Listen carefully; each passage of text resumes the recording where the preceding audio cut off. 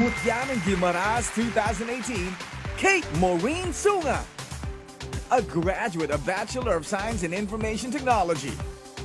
Make way for this year's Miss Millennial Gimaras.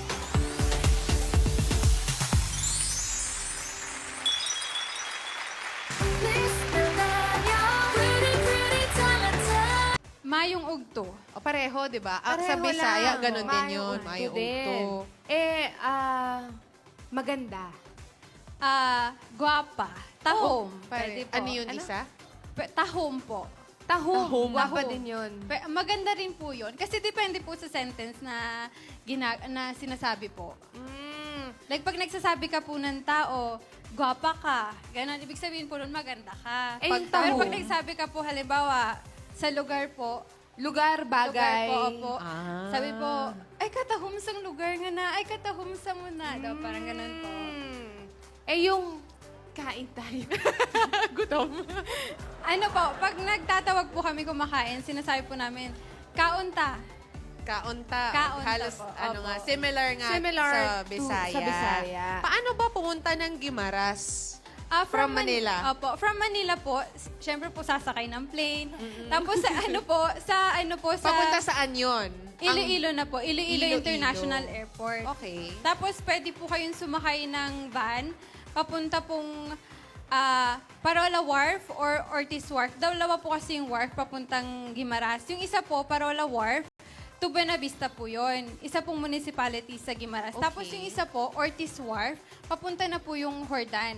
So, walang direct flight dito, papuntang Gimaras. Gimaras. Ay, wala pa po kaming airport. Wala. Wala. Gano'ng kahaba naman yung biyahe from Iloilo to Gimaras. To Guimaras po, siguro po, mga 1 hour din po. Depende Isang na rin oras po sa lang. traffic. Hindi na Opo. ganun kalayo. Apo. Okay. Hindi naman pala ganun Pero kung may mga kahirap. sasakyan po kayo, pwede naman po mag-roro. May roro naman po. Pero mas matagal yon. Opo, Ilang nasa, oras? Kung galing po kayo sa Iloilo, sa Lapus po kasi yung port.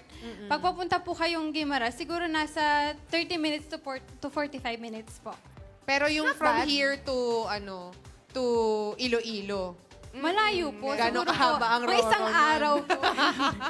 Ang hirap nun. Mas mabilis po kung sa plane po. Ganun. Ang Gimaras ay Mango Capital of the Philippines. Meron silang tinatawag na Manggahan Festival, tama? Opo. Manggahan Kailan yun? Festival po. Every May po. May. Usually May. po, nasa 3rd week po siya ng May.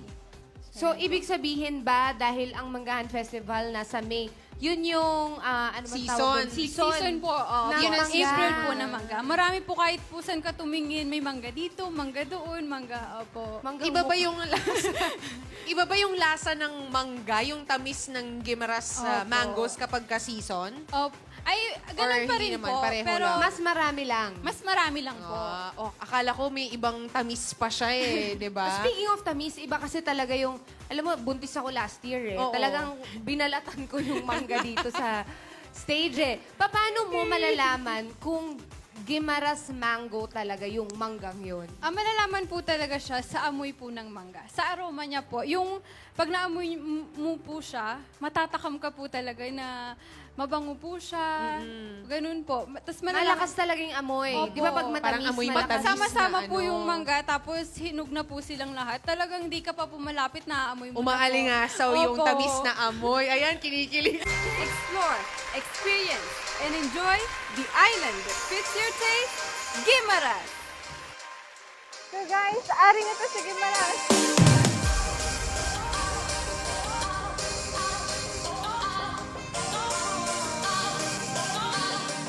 Arita Subong sa Fatima Farm, and this place is one of the vast mango plantation here in Guimaras. Libuta! Hi guys, Fatima Farm. I'm so excited. And we are here now at Andana Resort here in Guimaras.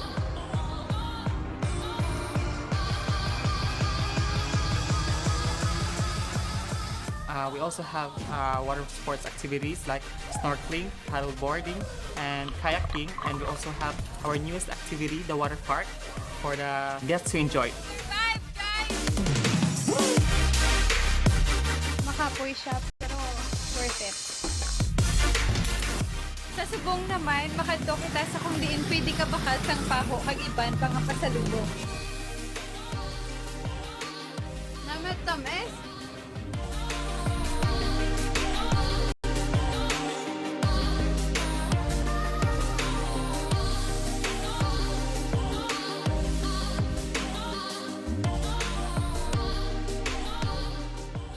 So guys, tapos na ang ating mango pizza.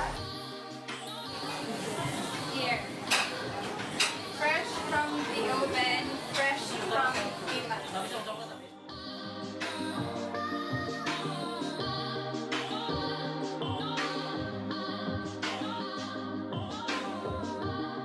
I'm Kate Morinsunga, your Miss Millennial Guimaras 2018.